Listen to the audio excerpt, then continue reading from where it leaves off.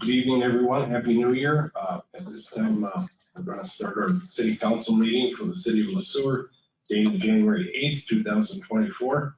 This time, I will call the meeting to order. We'll begin with the pledge of allegiance. Pledge allegiance to the flag of the United States of America and to the republic for which it stands, one nation, under God, indivisible, with liberty and justice for all.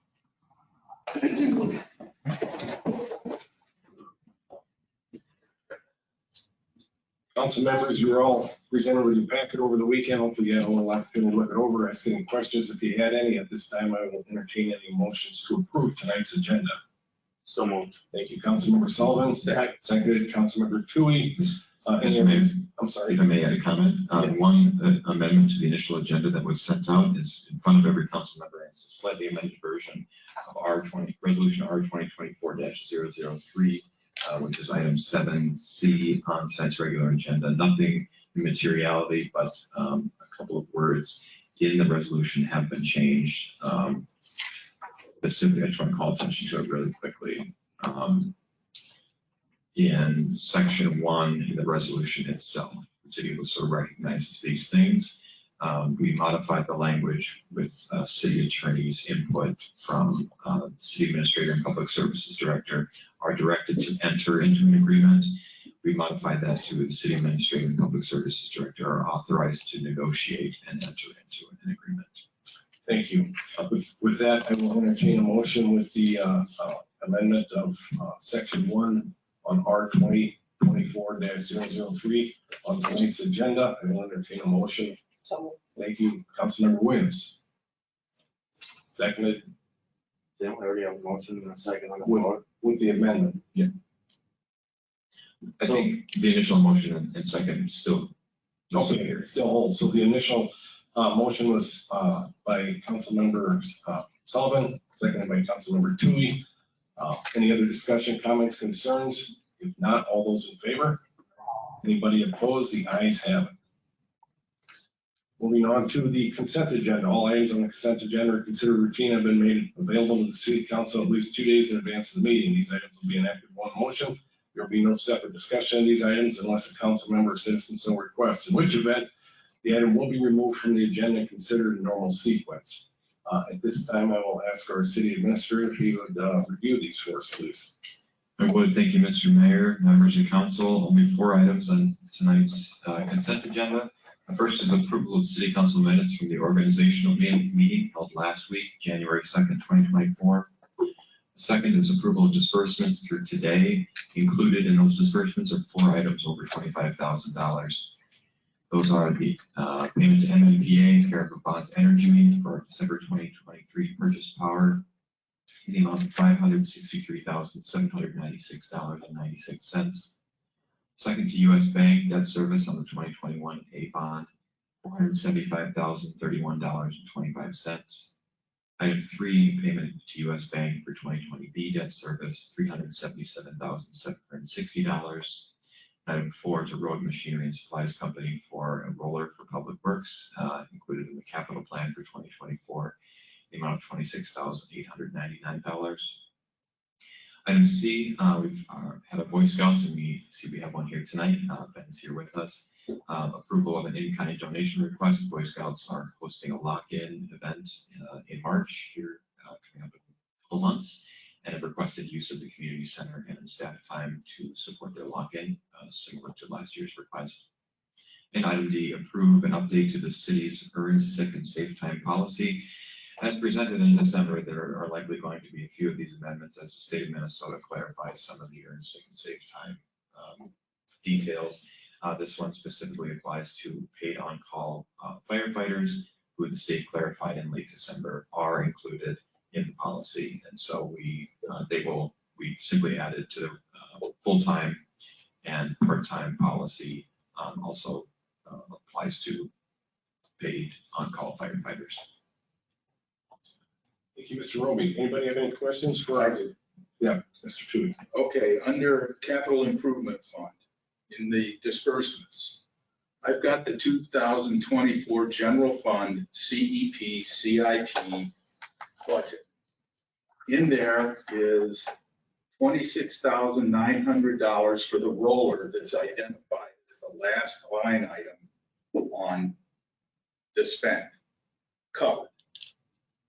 However, there's a $22,620 trailer that would be in the top third of the capital improvement spends had it been included, but we bought it.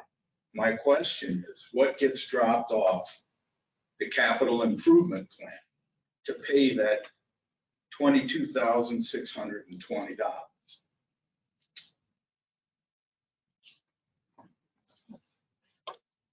Mr. Roby, a moment to look it over. You're looking at me like you want me to answer. No, you give me this stuff, I read it. Yeah.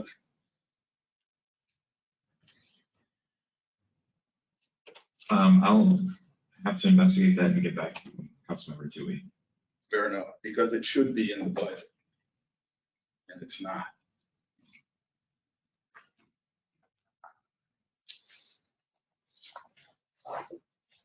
That's all I have. Is that an item we still want to vote on? It's already been paid for, so there's no sense in voting. So, with that, with your comment, he will get back to you on your question, Mr. Tui. I will accept any motions to accept tonight's consent agenda. So moved. Thank you, Councilmember Schleter. Second. Second by Councilmember Sullivan. Any other discussion, comments, or concerns? If not, all those in favor? Anybody opposed? The ayes have it. Moving on to public comment. Do we have anybody here for public comment? I think Mr. Ben, what's your last name again? Beeler. Beeler, thank you. This is your opportunity.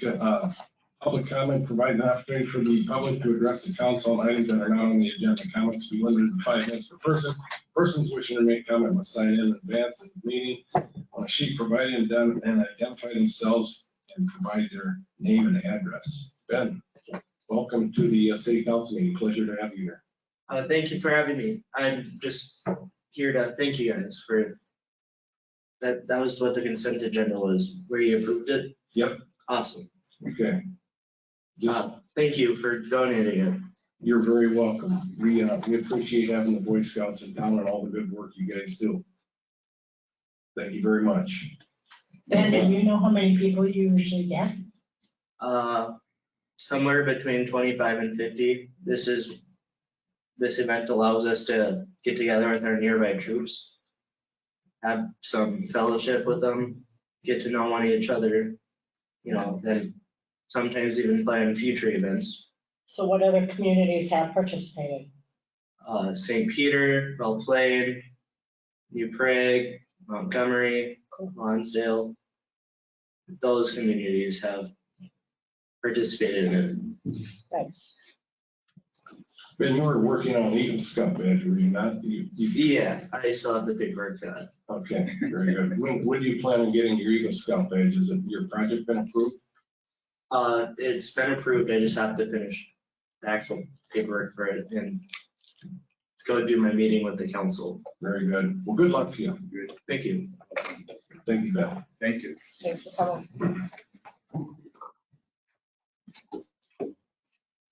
Moving on to our city administrator update, Mr. Roby. Thank you, Mr. Mayor. Just a few items tonight. Union negotiations continue between the city and our 2 bargaining units. Last week, we conducted the first of our annual series of safety trainings with a new safety consulting party, Sueur, that was on aware of bloodborne pathogen hazardous communications. I want to thank Foster for his work in coordinating that. All employees are required to attend those safety trainings. The police department does not necessarily, because they conduct their own safety training through post-board mandates. Finance Director Graff and I will be up at the high school tomorrow morning for the Giants Reality Challenge hosted by the Rotary and LSH. I don't know if anyone's ever been up there for that before, but it's a pretty cool event. So they bring in all the juniors and any seniors who didn't do it last year. The entire junior class participates, and it's kind of like a real life scenario So everyone is given a career, they're assigned a salary, they're assigned a number of us, whether they have a spouse or a partner or not, they're assigned a number of children. And then based upon their biweekly or monthly income, they go from booth to booth, from housing, utilities, food, transportation, break fix, insurance, everything, and have to learn to budget for it. And then, of course, there are some who realize they can't, so they have to go back and they say, well, I guess I can't afford that Tesla. I'm gonna have to go back to the transportation booth and get a bus pass instead. Or go back and sell the house and start renting. So it's a true reality challenge. Police Chief Sueur will actually be participating as well. She goes around and she'll ticket students randomly for noise ordinance violations, loud pipes save lives, but they also are a nuisance kind of thing, and speeding tickets, stuff like that. So I believe Director Graff is at the utilities and finance booth, and I'm at the housing booth. So it's a lot of community members, Rotarians, who get together and sit at these booths and try and give the kids an education and what it means like to, what it's like to be out in the real world, penalty free. Tomorrow afternoon, there is a transit board meeting in St. Peter. Chamber of Commerce meeting Wednesday night. I just want to thank the Chamber of Commerce. They've been inviting me to all their meetings. I don't technically sit on their board, but it's a great opportunity for me to sit down with them once a month, hear what they're doing as they're growing and reinventing themselves, and I can share little updates from the city to make sure we're on the same page. Planning Commission meets Thursday night. Sorry to steal that announcement from you, Councilmember Schluter, but that's on my list. Staff continue in earnest discussions about development and new housing opportunities. We have another meeting this week with the zoning administrator Nielsen. And just so council's aware, I'll be out of the office next week, but back ready for our next council meeting on the 22nd.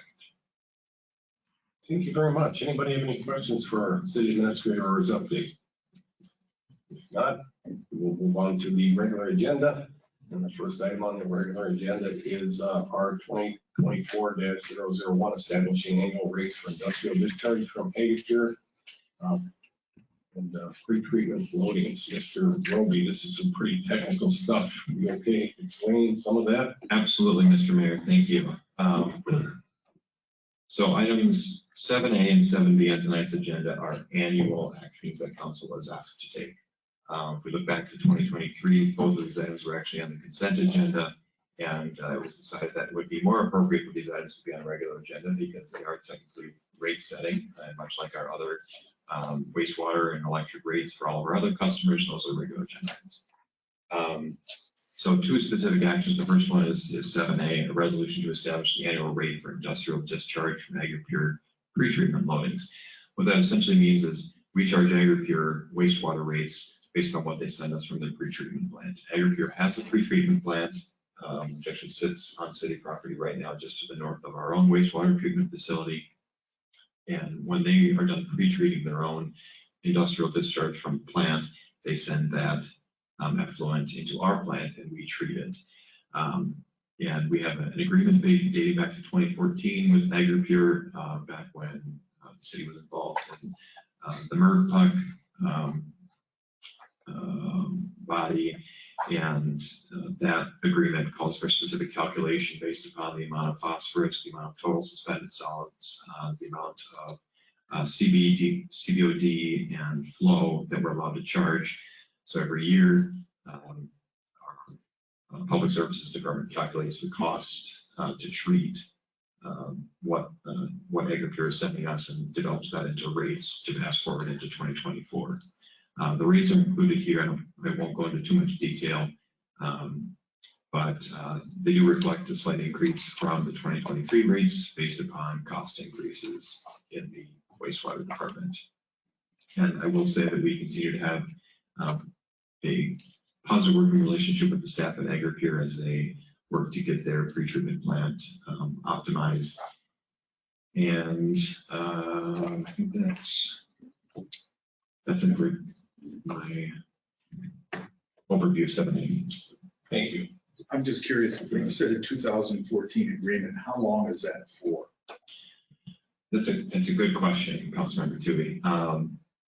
It was drafted to be almost in perpetuity. So that is something that staff are looking at. It was drafted during a very different time. So MRF was, as a Public Utilities Commission, was established between Davisco, the city of Sueur, and the city of Anderson. And as part of that, and Councilmember Huntington, Councilmember Sullivan were part of MRF, representing the city of Sueur. So MRF dissolved in 2019, but the terms of the agreement stayed in place at that time. The key tenets of that agreement. So there are some items in the agreement that we would like to take a look at, one of which is the length of the agreement itself. Now, if that agreement, I'm assuming that somewhere there's an out for somebody, whether it be the city or if Agriport were to say, I'm done with this, would it impact the city at all? If Agriport were to want to get out of the agreement, we would need to either renegotiate a new significant industrial user agreement with them. The Minnesota Pollution Control Agency would probably mandate it just because of the amount, the volume of wastewater that Agriport So generates. it's not, I guess what I should have asked originally, the burden wouldn't be on the city. We're motoring right along, whether they're in there or not. We get paid while they're in, but if they're not, it's their problem. If they're not in, we would need to renegotiate a new agreement, or they would, in theory, be charged the wastewater rates that everyone else are charged. Okay, thank you. Anybody else? If not, I'll entertain a motion approving resolution R 2024-001 establishing annual rates for industrial charge from Agriport pretreatment loadings. So moved. Thank you, Councilmember Sullivan. Second. Councilmember Huntington seconded. Any other discussion, comments, concerns? If not, all those in favor? Aye. Anybody opposed? The ayes have it. Moving on to item 7B, R 2024-02, establishing 2024 rate calculations for wastewater and biosolids. Mr. Roby. Thank you, Mr. Mayor. Similar to 7A, annually, the city calculates what it costs to run our biosolids operation down at the wastewater treatment facility. And as part of that 2014 agreement, there's a cost to handle the biosolids that are generated from Agriport. And those costs are calculated at the end of each year. We factor in what budget for next year looks like as far as costs to operate the biosolids facility. And then that's used to calculate each month what the rates are based upon how much biosolids are being generated out of the Agriport load versus the rest of the city load. So every month a bill is sent to Agriport based upon the flow that they send us and the amount of biosolids that are generated from that, as well as how much the electric bill is for the biosolids operation, how much the natural gas bill is for the biosolids operation, et cetera. Thank you. Any questions for Mr. Roby? Anybody? Otherwise, I'll entertain a motion approving resolution R 2024-002, establishing 2024 rate calculations for wastewater biosolids. So moved. Thanks, Councilmember Huntington, second Councilmember Dewey. Any other discussion, comments, concerns? If not, all those in favor? Aye. Anybody opposed? The ayes have it.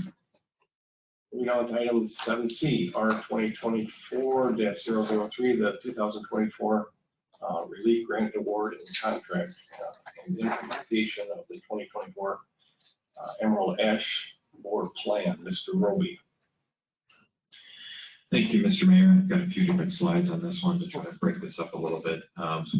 I'm working with Public Services Director Transberg and Public Works Manager Joel Schmidt. The Public Services Division has prepared a plan for continued mitigation efforts of the Emerald Ash Borer infestation. So just as a quick refresher, in July of 2022, a property owner within the city of Sueur called the Minnesota Department of Agriculture and said, hey, I've got something funky going on with an ash tree. Can you come look at it? Department of Ag came down and looked at it and said, yes, that tree is infested with emerald ash borer. While they were here in town, they looked around the neighborhood and said, yeah, that tree and that tree and that tree and that tree and that tree are also infected. And they declared an infestation. It was inevitable because communities surrounding us had already been infested. St. Peter is now infested, Plains infested. And fortunately, earlier in the year in 2022, the city had developed and council had approved and adopted the mitigation strategy for emerald ash borer to put into practice once an infestation inevitably occurred. So starting in fall of 2022 and through 2023, the city removed a number of ash trees, replanted them, and specifically, just as a refresher, these are public trees. So these are trees in the boulevards, in the right-of-ways that are technically in public spaces. We also do have resources available online for individual property owners who think they may have an infected tree or want some help strategizing for their infected or non-infected trees on private property.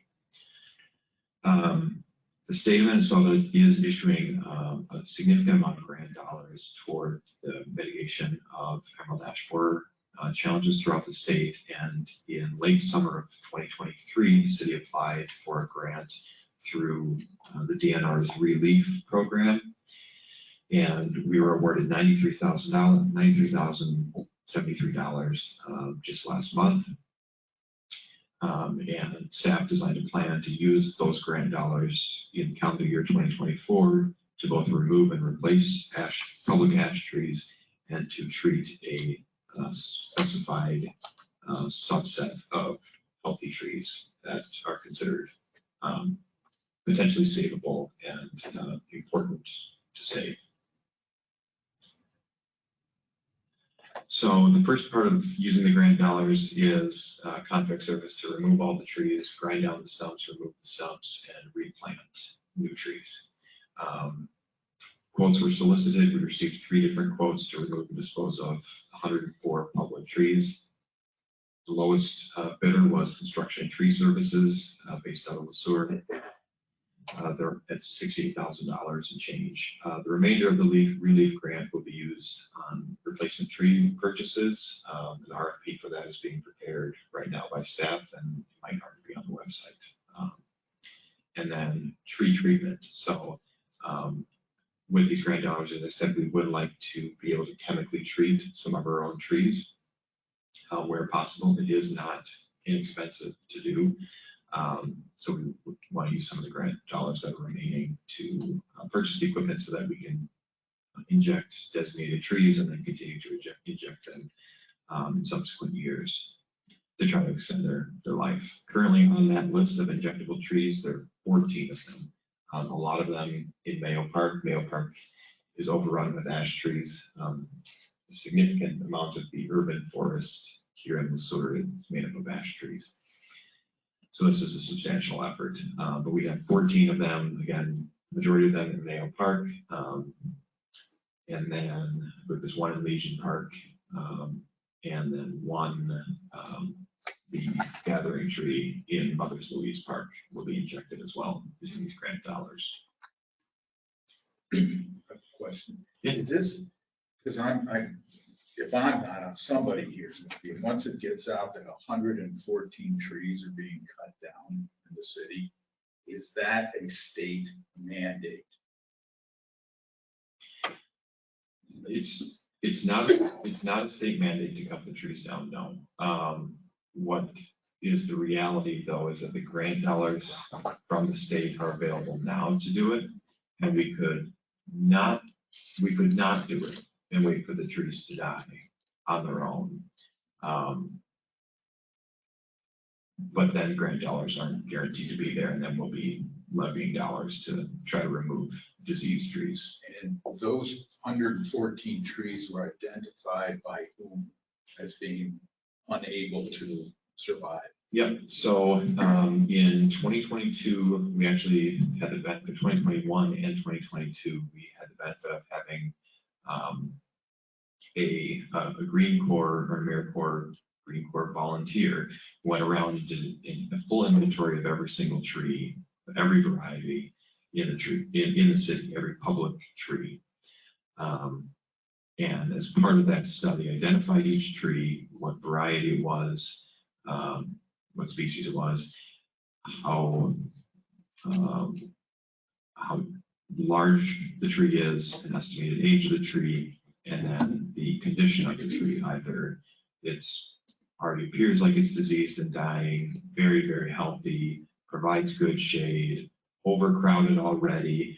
And then staff went through after the AmeriCorps volunteer was done in 2022, after the infestation was discovered, and broke the city into several phases and tried to break them into equal phases so that each year we could do roughly an equal amount of trees. And so what staff do is if it looks very, very healthy and they think they can somewhat isolate it from other trees, or if it's isolated already from other ash trees and it's very, very healthy or provides important shade cover, for example, in a park, it's probably worth injecting at some point. But at the end of an infestation, every ash tree will die. Every ash tree in the city will die and will have to come down.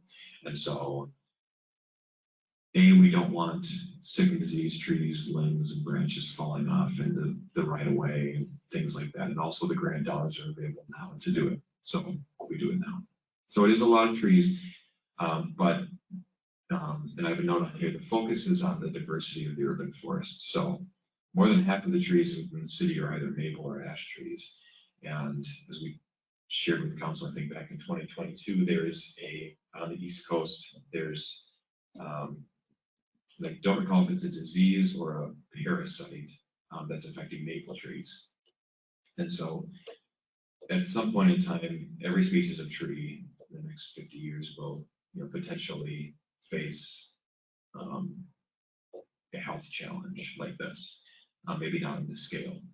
So diversification is important, and this is an opportunity to do that. So we have a pretty broad-based list of trees that we do work with property owners on to the extent that we can, and say, hey, but we want to diversify. So not everyone's going to get a crab apple tree. We got to try to space them out. So, and this quote would include the state-approved method of disposal of the diseased wood. Correct. So because we are infested, therefore the Sueur County is considered infested. Therefore, disposal of any wood, as long as it stays in the Sueur County, is fine. The disease is here. We have to dispose it somewhere in the Sueur County. They could sell it for firewood.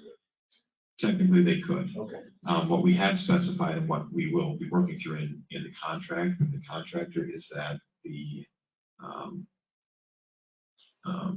where the wood specifically can and cannot go in town. So it's possible that they could chip it and the city could use it. We've got a chipper, and we work closely with construction tree services in the past on chipping. I do know some really like ash for firewood, and so you could technically sell it, but the contract will specify that it either has to be chipped and remain at the compost site here in town, or it has to leave city limits. Thank you. One last thing here, just so everyone's aware of the timeline. So what we'd like to do, if council approve this resolution tonight, what we'll do is we'll negotiate a contract with CTS. Once that contract is executed, we'll start marking designated trees for removal, put door hangers on adjacent property doors, publicize everything to let everyone know, here's what the tree replacement list is, this is when we're going to do it. And they'd like to start removing trees by the end of the month, this month. That will probably not take very long. If anyone was watching the last time they did this, they make really quick work of taking those trees down. Replanting then will begin at the end of April and must be conducted by the end of May. So everything will be down and replanted by the end of May. And then in May, we'll conduct the chemical treatment of the 14 trees. Thank you, Mr. Roby. Anybody have any questions at all? Thank you for your questions, Mr. Tootie. They're very good questions. How long obtain any motions adopting resolution R 2024-003 accepting bids and award contract for 2024 FP removal and replacement. Directed staff to implement the 2024 Emerald Ash 4 management plan. So moved. Thank you, Councilmember Sullivan. Councilmember Schluter, thank you for seconding. Any other comments, concerns, questions? If not, all those in favor? Aye. Anybody opposed? The ayes have it. Item 7D, moving on to the Planning Commission appointment, Mr. Roby. Thank you, Mr. Mayor. Happy to report that we received 2 applications for the 1 vacant seat on the Planning Commission. It's a 3-year term ending December 31st, 2026. 2 candidates are qualified, Autumn Redeems and Bob Chauncey. And this will be the last appointment that's brought forward to council pending any future resignations or terminations, because this will round out the rest of our committees. Thank you. Anybody have any questions regarding these candidates? You have their resumes in your packet. Otherwise, I'll make a motion to appoint Autumn Ruzine. Second. Thank you, Councilmember Schluter. It's been seconded. Any other discussion, comments, concerns? If not, all those in favor? Aye. Anybody opposed? The ayes have it. Moving on to reports, items of appreciation. Council members, this is your opportunity to share what's going on in the community, what's going on with your commissions. As always, we'll start with Councilmember Huntington.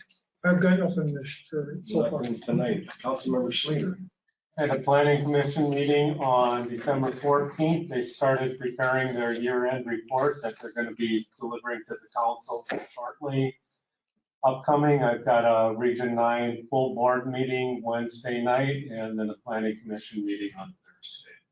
Thank you. Councilmember Sullivan. Just have a transit meeting tomorrow afternoon at 2:30 at the community center. Thank you. Are you sure that's, because I looked at the address on that email and it's in the police department. All right, it's in St. Peter. Okay. Okay, 'cause I've never been to one down there and that's why I looked. Mr. Sullivan, you. That's all I got. Okay. All right, very good. Moving on to Councilmember Toohey. Same as Mark. Thank you. Councilmember Williams. Our PAC meeting last week, and good to hear some positive increase in numbers for the community center. HRA meeting last month, nothing real new to share there, just did lose one of the council members. Thank you. Moving on to myself, I have nothing to report tonight. So with that, that will take us into the item 9, which is the closed session. This agenda item is pending litigation, City of Sueur versus Jim Fox et al. This portion of the meeting will be closed pursuant to Minnesota Statute Section 13D.05 subdivision 3B. The grounds for the closing are as follows. The city needs for absolute confidentiality outweighs the purpose served by the open meeting law in the case based on the following. Absolute confidentiality is necessary so the city council and legal counsel can have a candid and open discussion to determine the available legal options to handle the litigation, including response strategy and possible areas of reconciliation. The purpose of the closed meeting is not to make a decision behind closed doors, but instead the purpose of the meeting is to determine the legal options for handling the litigation. The only business to be discussed is the pending litigation. An open session would be detrimental because it may take place in the presence of individuals involved in the litigation. A closed session would benefit the public because the ultimate outcome of the litigation may impact the finance of the city. I will now entertain a motion to close this portion of the meeting. So moved. Thank you, Councilmember Sullivan, seconded by Councilmember Williams. The time is now 7:05. The city, I'm sorry. Oh, we need to take a vote. I went very past that. It was Mr. Sullivan made the motion, was seconded by Councilmember Williams. Any other discussion, comments, concerns? If not, all those in favor? Aye. Anybody opposed? The ayes have it. The time is 7:05. The city council will now go into closed session, or the city council and authorized city representative may be in attendance at any portion of the closed session.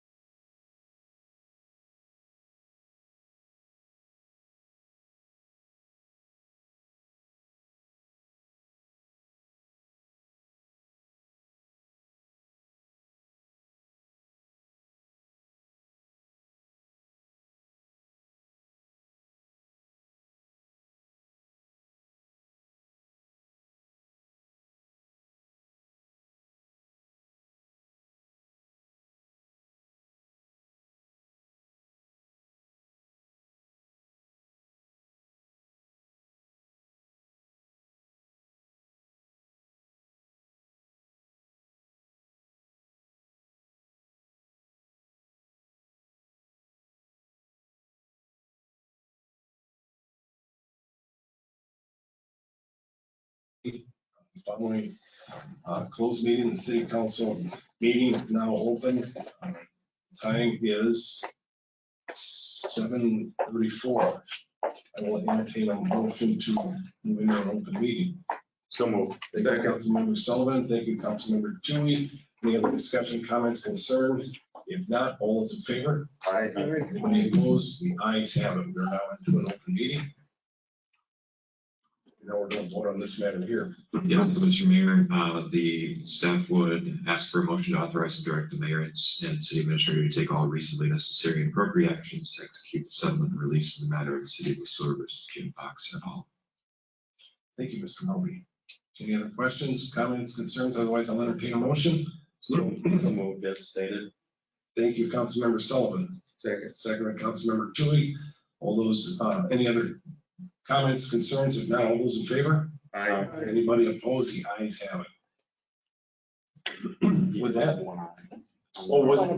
I'm sorry. Did you catch that, Lindsay? We had one nay. That was Councilmember Williams. I apologize. Sorry. With that, I will entertain a motion to adjourn this meeting. So moved. Thank you. Second. All those in favor? Aye. Meeting dismissed.